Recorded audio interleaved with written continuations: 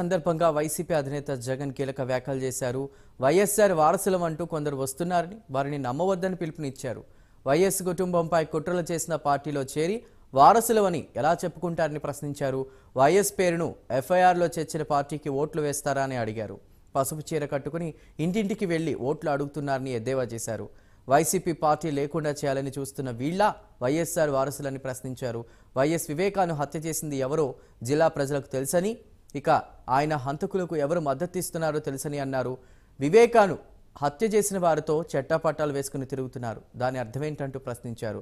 YS Avinash Reddy ఏ తప్పు చేయలేదని నమ్ముతున్నానని, అందుకే ఆయనకు సీట్ ఇచ్చానని చెప్పుకొచ్చారు జగన్. వైఎస్ఆర్ వారసులమని మీ ముందుకు వస్తా ఉన్నారు. వారి కుట్రలో భాగంగా నేను అడుగుతా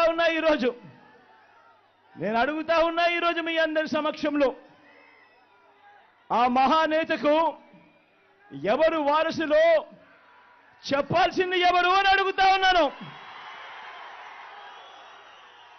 చెప్పాల్సింది ఎవరు అని అడుగుతా ఉన్నా. ప్రజలు కాదా అని అడుగుతా ఉన్నాను. ఆ వైఎస్ఆర్ని ప్రేమించేవారు కాదా అని అడుగుతా ఉన్నాను. ఈ సందర్భంగా మీ అందరితోనూ కూడా ఒక్క విషయం ప్రతి ఒక్కరిని కూడా ఆలోచన చేయమని కోరుతా ఉన్నా.